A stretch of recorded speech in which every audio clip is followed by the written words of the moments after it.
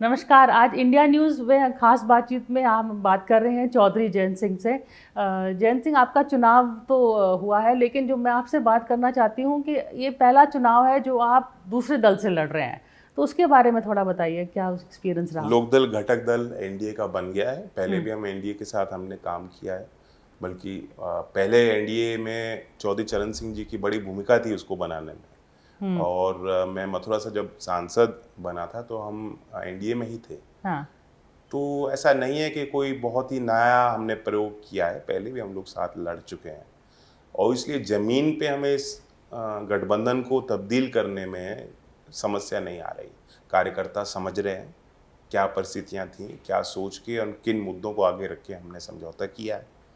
और फिर जब भारत रत्न दिया है चौधरी चरण सिंह जी को, जो सरकार की प्राथमिकताएं हम्म। हैं, जो उनकी प्रतिबद्धता है, चौधरी चरण सिंह के प्रति जो सम्मान है, वो सब कुछ उन्होंने एक फैसले से देश के सामने रखा है। दिल जीत गया, जैसे कि आपने दिल कहा था। जीत लिया और लोगों ने हम्म। सराहा है उस फैसले को, उस निर्णय को, और वहाँ से एक शुरुआत हुई। ऑन द ग्राउंड हम सुन रहे हैं कि थोड़ा सा मतभेद था आपके लोकदल के वर्कर्स और बीजेपी के वर्कर्स में, क्योंकि इतनी तरह अलायंस नहीं रहा है जो वाजपेयी के ज़माने में था। अब काफ़ी पोलराइज हो गया है। तो हाँ, ये तो आपने कैसे मनाया लोगों को? नहीं, कोई ध्रुवीकरण की राजनीति नहीं हमारे क्षेत्र में। आप चुनाव का माहौल आपने देखा है, आप अभी भी देख सकते हैं। ऐसा कोई ध्रुवीकरण की राजनीति नहीं हो रही। और एनडीए के नेता जो चुनाव लड़ रहे हैं वो लगातार बहुसंख्यक के पास जा रहे हैं, अल्पसंख्यक समाज के पास जा रहे हैं, और सभी सेक्शंस की हमें वोट मिल रही है। और मुझे कुछ ज़्यादा समझाने की जरूरत नहीं पड़ी। कोई मतभेद और विवाद उस तरह के ज़मीन पे कार्यकर्ताओं के बीच नहीं हुए। वो थोड़ा बहुत तनाव हर उसमें होता है। जब शुरुआत में हम हमारे पार्टनर समाजवादी थे, तो समाजवादी के साथ हम गए, वहाँ भी नाराजगियाँ थी लोगों की। अच्छा। बल्कि ये पहली बार हो रहा है कि मुझे समझाने की जरूरत नहीं पड़ रही, लोगों को मनाने की जरूरत नहीं पड़ रही, लोग समझ रहे हैं। हाँ, एक तौर से कहते हैं कि नेचुरल अलायंस हैं भी आरएलडी और BJP, more natural than Jat और मुस्लिम का अलायंस नहीं, जो सपा के नहीं साथ नहीं, था। जाट मुस्लिम गठजोड़ तो सामाजिक तौर पे वो ताना बाना का हिस्सा रहा है पश्चिमी उत्तर प्रदेश में। और वो जिंदा रहना चाहिए। वो, मुझे उम्मीद है कि वो जज्बात हमेशा जिंदा रहेंगे, मजबूत रहेंगे। और उसको हम मजबूत देने करने के लिए हम लोग भी प्रयास करेंगे अपने सामाजिक तौर पे। तो मुजफ्फरनगर में 2013 में जो हुआ था, उसके बाद मुझे वो एक अतिशयोक्ति थी। उसके कई कारण थे, छोट मोट चीज़ें, तनाव वहाँ तक पहुँची और विस्फोट हो गया। जब इस तरह के तनाव होते हैं, बुनियादी तौर पे अगर हम लोग सक्रिय रहेंगे तो कभी बड़ा झगड़ा नहीं हो पाएगा। और अब लोगों ने वहाँ देख लिया, कोई किसी को फायदा तो हुआ नहीं, उससे नुकसान हुआ, समाज को नुकसान हुआ। और अब उन चीज़ों से लोग हट चुके हैं, उठ चुके हैं उससे, अब भुलाना चाहते हैं उस तनाव को। एक ट्रॉमा हुआ है लोगों को, लेकिन अब उससे हट चुके हैं लोग। और कितना पर्सनल था आपके और अखिलेश के बीच में? थोड़ा सा कहते हैं कि आप दोनों के मतलब इंडिविजुअल भी डिफरेंसेस थे, नहीं, व्यक्तिगत। ऐसा कुछ नहीं है। देखिए, अच्छे इंसान है वो, और उन्होंने हमने काम किया है, तो मैं उसको डिनाई नहीं कर सकता हूँ। मैं उनका सम्मान करता हूँ, आगे भी करूँगा। थोड़ा शैली को लेके फ़र्क होता है, हर नेता का अपना एक काम करने का तरीका होता है। और उनका दायित्व, जिम्मेदारी है समाजवादी को बढ़ाना। मेरा अलग पार्टी है, मुझे देखना है कि मेरे दल को कहाँ फ़ायदा पहुँच रहा है। तो एक समय ऐसा आया कि हमें ये महसूस हुआ, खास तौर से क्योंकि इंडिया की कोई तस्वीर बनती नहीं दिख रही। अब मैं जो है कुएं में तो धकेलूंगा नहीं अपने लोगों को, मुझे देखना है। इंडिया जीत नहीं रहा, समाजवादी के साथ हमें सीट मिल रही, जो सीट हम, वो एक तनाव है, दबाव है उस पर कि आप इनको लड़ाइए, उनको लड़ाइए। तो उस चीज़ को फिर हमारे वर्कर समझ नहीं पाते। और बार बार मैं क्यों समझाऊं उनको? जब मैंने कहा हमारे वर्कर जिस तरफ चल रहे हैं, चलना चाहते हैं, या जो मुख्य समाज में जो धारणाएं हैं उनका हम भी सम्मान करते हैं, क्यों ना उनके साथ चलें। तो बीजेपी से जोड़ उनको समझाना ज़्यादा आसान था आपके वर्कर्स को, या सपा को ज़्यादा आसान था? अभी तो फिलहाल बीजेपी के साथ जुड़ने में हमें कोई दिक्कत नहीं आई। समाजवादी के साथ मुश्किलें आई थी, शुरुआत में आई थी। और तो ये चीज़ें होती हैं, हर अलायंस में होती हैं। आप सोचिए, जो मतलब सपा और कांग्रेस में कोई अलायंस हो रहा है क्या जमीन पे? उनको कितनी दिक्कतें हो रही हैं। वो तो आप सही कह रहे हैं, क्योंकि वहाँ पर भी हो रहा है। बट एक तरफ दूसरा आइडियोलॉजी की भी बात हो रही है कि आपने पार्टी बदली है, लेकिन ये तो वाजपेयी वाली बीजेपी नहीं है, ये मोदी वाली बीजेपी बहुत हार्ड लाइन है, हार्ड कोर है। तो उसको आप कैसे आप समझा सकते हैं अपने वर्कर्स को? इन्होंने देश के लिए कोई समझौता नहीं किया है, देश को आगे बढ़ाने के लिए एक समर्पण भाव से काम कर रहे हैं और सक्सेसफुल मॉडल पेश किया है देश के सामने। चुनाव हर स्तर पे जीत के आ रहे हैं, एज अ पार्टी ग्रो कर रही है बीजेपी, एनडीए ताकतवर लोगों को दिख रहा है, तो कुछ तो सही कर रहे हैं वो लोग।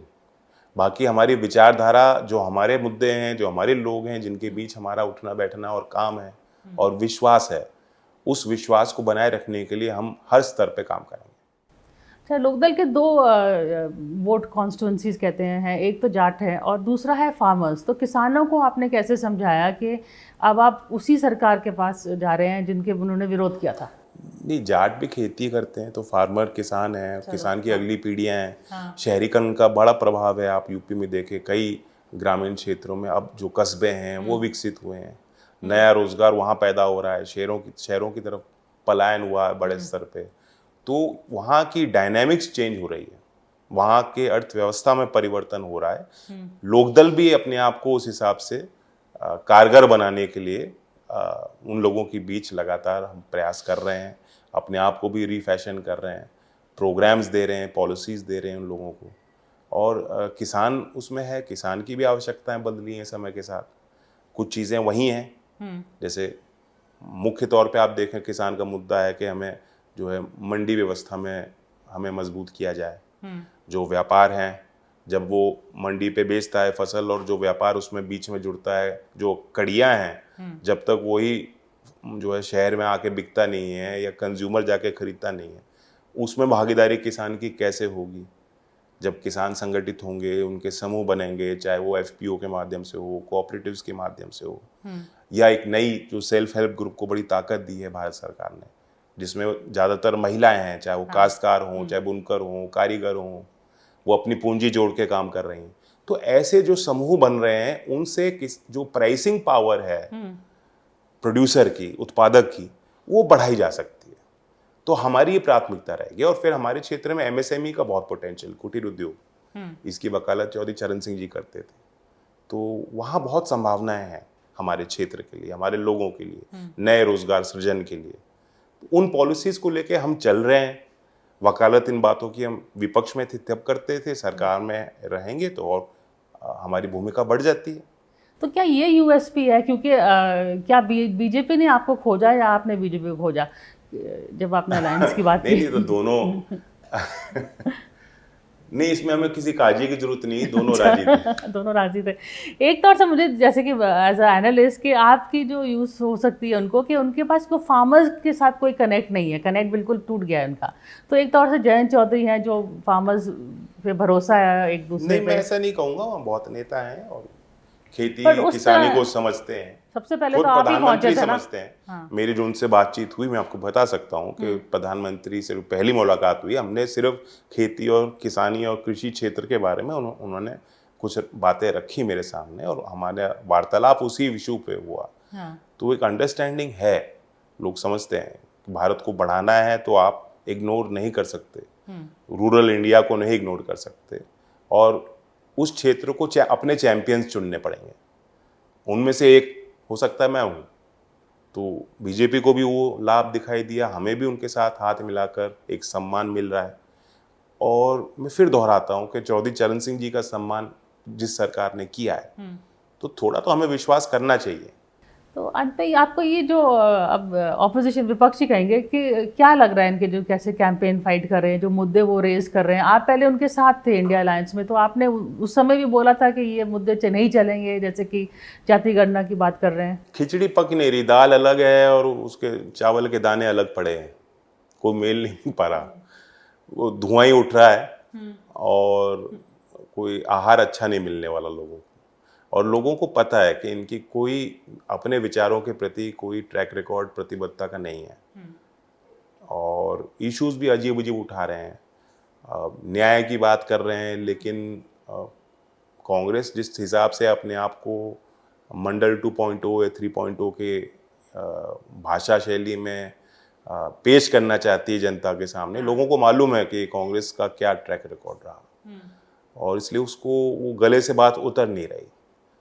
और आज देश को, खास तौर से नौजवानों के सामने सबसे बड़ी प्रॉब्लम है कि जैसे देश की अर्थव्यवस्था बदल रही है, अब वैश्वीकरण के दौर में भारत उभर रहा है मार्केट के तौर पे, बाहर से निवेश हो रहा है देश में। हम चाहते हैं एक नवीन कारखाने, नवीन उद्योग, नवीन विचारों को मौका देश में मिले, रोज़गार के नए साधन तैयार हों नौजवानों के लिए, उनको प्रशिक्षित किया जाए, स्वावलंबी बनाया जाए। वहीं दूसरी तरफ कांग्रेस दूसरे पैटर्न पे चल रही है। जो 20 साल 30 साल पुरानी राजनीति थी, उन्हें लग रहा है वही चलेगा, वही दोबारा चल जाएगा। भाई चुनावी माहौल भी है, जैसे कि अब बीजेपी की तरफ से अभी वही पुराना हिंदू मुस्लिम का मुद्दा आ जाता है। जब लग रहा है कि वोटर टर्नआउट कम है तो बढ़ाने के लिए, उत्सुक करने के लिए वही पुराना नारा एक रिमार्क, एक भाषण पे आप मत जाइए, वो कोई मुद्दा नहीं है। हमारे यहाँ कहीं ध्रुवीकरण नहीं है, जमीन पे नहीं है, ना हमने उसका प्रयोग किया, ना हम कर सकते हैं। वो हमारी भाषा शैली और संस्कार का हिस्सा ही नहीं है। और तो एक भाषण पे आप मत जाइए, उसके लिए चुनाव आयोग है। चुनाव आयोग के बारे में भी बहुत सवाल उठ रहे हैं, लेकिन अभी वोटर जो टर्नआउट हुआ था ज़्यादा नहीं हुआ था, लो वोटर टर्नआउट था, उसके लिए आप थोड़े चिंतित हैं? बढ़ना चाहिए, उसके कई कारण हो सकते हैं, लेकिन मतदाताओं को एहसास होना चाहिए कि 5 साल में एक ही बार मौका मिलता है। तो ये चिंता का विषय है सबके लिए। राजनीतिक तौर पे जो उसका विश्लेषण किया जा सकता है वो ये है कि चुनाव हमारी तरफ से गर्म है, लेकिन विपक्ष का ठंडा पड़ा है। मतलब लास्ट टर्नआउट तो सरकार बदलने के लिए या तो बहुत नाराजगी में वोट करेगा। हाँ भाई ज्यादातर हमारे देश में लोग नाराजगी में ज्यादा वोट करते हैं। करेक्ट। कि भाई इसको बदलना है, अब बर्दाश्त से बाहर हो गए, अब यहाँ पहुंच गई बात, अब इनको हटाओ। ऐसी भावना होती तो आप देखते कि टर्नआउट ज्यादा है। उन परिस्थितियों में कभी कभी ज्यादा हो जाता है। जो आज टर्नआउट हो रहा है वो क्योंकि कोई एंटी इनकम्बेंसी नहीं है, वो तीसरी बार हमें मौका देने के लिए एनडीए को और हमें आगे बढ़ाने के लिए वोट निकल के आ रहा है। मतलब आपका जो खिलाफत का वोट नहीं आ रहा। खिलाफत का वोट नहीं आ रहा। बागपत और बिजनौर में कैसे गया वोट? अच्छा गया है, कम गया है। सब वोट परसेंटेज सभी जगह जैसे डिप्रेस्ड है, कम है, वही वहाँ गया। लेकिन बहुत अच्छे रिपोर्ट्स, खबर अच्छी है, बिल्कुल ठीक है।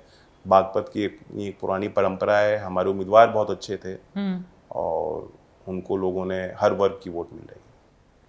आखिरी में जब आप मिले चाहे प्राइम मिनिस्टर मोदी से या योगी से, बिकॉज इन्हीं लीडर्स का आपने विरोध भी बहुत किया है पिछले चुनाव में, तो कैसी मुलाकात दोनों के साथ कैसी रही? ये बहुत मैच्योर लीडरशिप है और राजनीतिक शैली को हम लोग देखते आए हैं, वो भी जानते हैं। नीतिगत चीज़ों पे मतभेद हो सकते हैं, वही लोकतंत्र का एक जादू है, करिश्मा है कि हम लोग रास्ता ढूंढ लेते हैं। हाँ।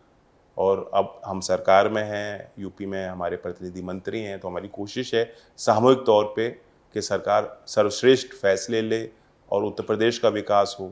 अब नेशनल मैंडेट मिलेगा तो हम देश को आगे बढ़ाने के लिए अपना योगदान दें। आपको प्राइम मिनिस्टर मोदी की सबसे स्ट्रॉन्ग चीज़, अच्छी चीज़ क्या लगी? व्यक्तित्व उनका बहुत मजबूत है, इरादे मजबूत हैं, कोई वेवरिंग नहीं है, स्ट्रॉन्ग लीडर है उस हिसाब से, और मेहनत बहुत कर रहा है। उनकी उम्र का आप तकाजा नहीं लगा सकते उनके साथ बगल में बैठ के। ये ऊर्जावान नेतृत्व है और वो दिखाई देता है। वो सब लोग, मतदाता भी जानते हैं। वो अलग अलग तरीके से बताते भी हैं लोग कि 18 घंटे काम करते हैं। देखो, दिन में सुबह बंगाल में मीटिंग करी, दोपहर में गुजरात करी, शाम को यूपी में करी, रात में राजस्थान जा रहे हैं, सरकार का काम कर रहे हैं। तो ये सब लोगों के नज़र में है। तो वो भी तो बेचारा 4000 किलोमीटर भारत जोड़ो करके गए। नहीं, उसका क्या निकला?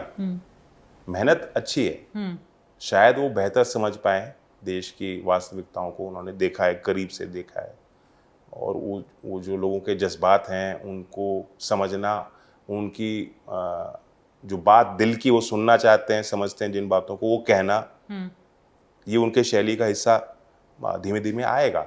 तो उसमें कोई खराबी नहीं है, मैं तो सराहना करता हूँ। बहुत मेहनत की उन्होंने पैदल चल के, लेकिन उसका कोई नीतिगत उसका कुछ निकला नहीं है।